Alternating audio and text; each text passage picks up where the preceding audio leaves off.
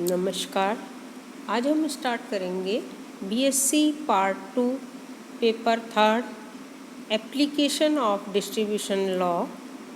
कल हमने application start कर दी थी और उसकी हमने फर्स्ट एप्लीकेशन देखी थी और वो थी एक्सट्रैक्शन ऑफ सॉल्यूट यानी विलय का निष्कर्षण।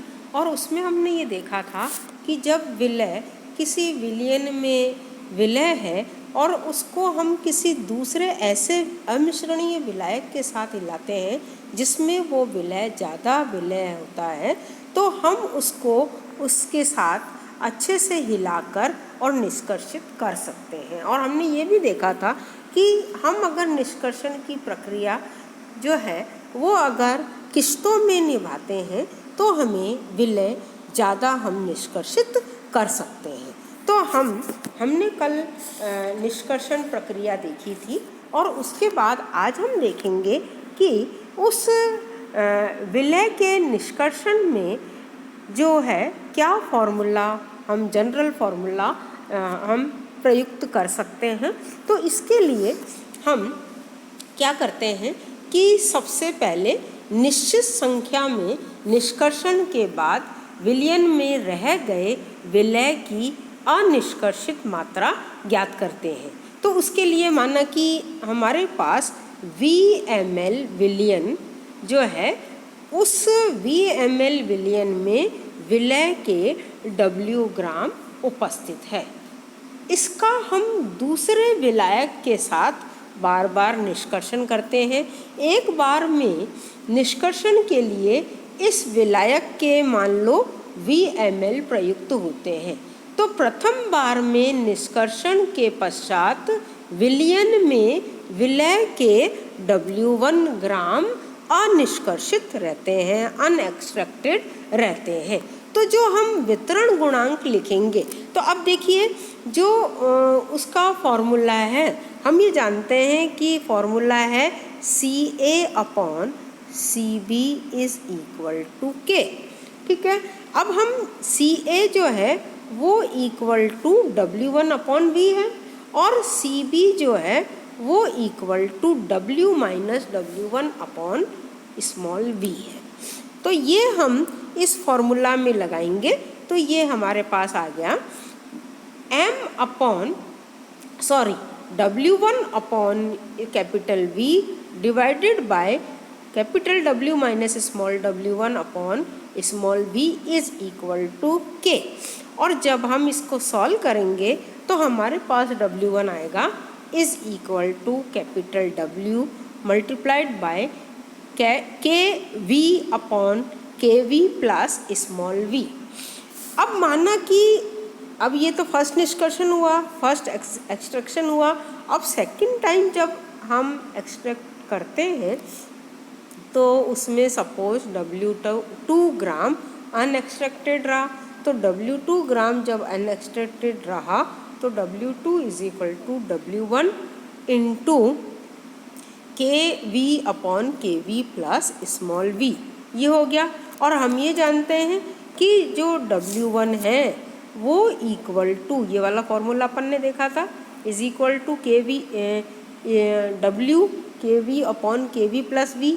तो हम इस W1 की वैल्यू यहाँ पर पुट कर देते हैं तो W2 हो गया is equal to capital W within bracket KV/KV plus small v into KV/KV plus small v। तो ये W2 is equal to capital W KV/KV plus small v की पावर 2। तो अब अगर हम उसका जिस तरह से हमने निकाला, तो अगर हमारे निष्कर्षण की संख्या n है तो उस n निष्कर्षण के बाद अनिष्कर्षित विलय का भार WN ग्राम हो जाएगा। तो इसलिए इसका जो जनरल फॉर्मूला हमारे पास हो जाएगा WN is equal to W KV/KV plus V की पावर n। अब चूंकि इस KV/KV प्लस V का मान 1 से कम है, अतः n का मान बढ़ाकर WN का मान कम किया जा सकता है। तो n को बढ़ाने के लिए विलायक के V का कम कर देना चाहिए, जिससे WN का मान कम हो जाएगा। तो ये एक जनरल फॉर्मूला हमने इसका डिराइव किया है। अब हम एक जो है न्यूमेरिकल देखते हैं। जो हमने पहले फॉर्मूला हमने निकाला था कि जब डिसोशिएट हो जाता है किसी एक सॉल्वेंट में, तो उसकी डिसोसिएशन की जो अमाउंट है वो हम किस तरह से कैलकुलेट कर सकते हैं। देखिए यहाँ प्रॉब्लम आप देख रहे हैं, एक कार्बनिक अम्ल जल और विलायक की समान मात्रा में वितरित होता है।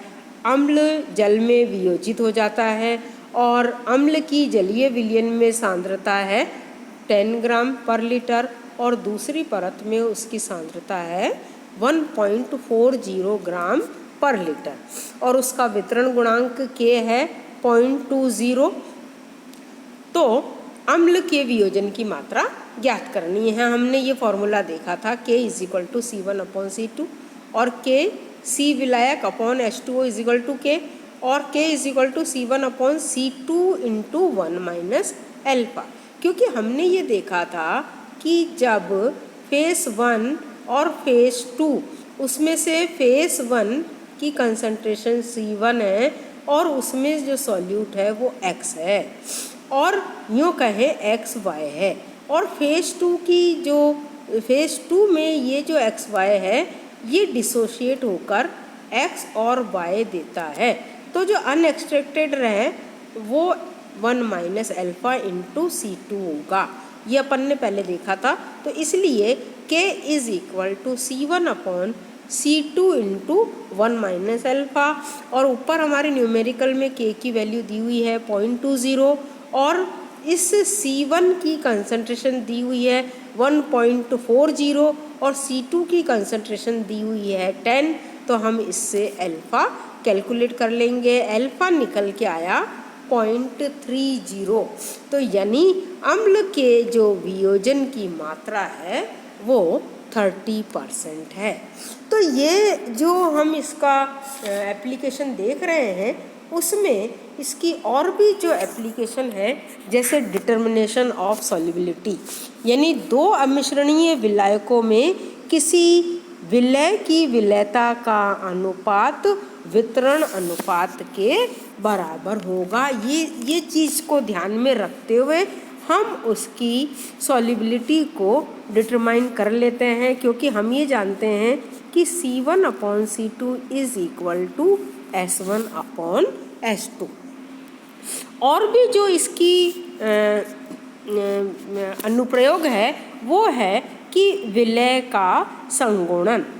यदि किसी विलय के अणु किसी एक विलायक के साथ संगुणित होने वाले अणुओं की संख्या n है तो हम उसको इस फॉर्मूला C1/C2√C2n = K, इस फॉर्मूला से हम n का मान ज्ञात कर सकते हैं और फिर उससे हम विलय का अणुभार ज्ञात कर लेते हैं।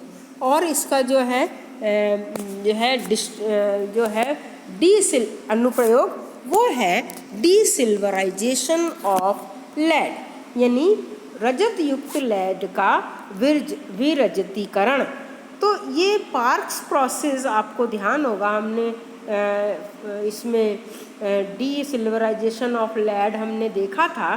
तो उसमें हमने ये देखा था कि जो फेस रूल से कि जिसकी परसेंटेज अगर 0.2% सिल्वर है तो हम उसको 2.6% सिल्वर तक प्राप्त कर सकते हैं। ये हमने उस प्रोसेस में देखा था। यहाँ पर पार्क्स प्रोसेस में शीशे के विरजतीकरण के लिए रजत में शीशे को हम 800 डिग्री सेंटीग्रेड तक गर्म करके पिघला लेते हैं, फिर उसमें पिघलता हुआ जस्ता मिला देते हैं और इस अवस्था में पिघलता हुआ जस्ता और सीसा दो द्रवों की भांति व्यवहार करते हैं और रजत विलय का काम करता है। रजत जो है यानी जो सिल्वर है वो जस्ते में शीशे से अधिक विलय होने के कारण जस्ते में इसका वितरण गुणांक करीब 300:1 है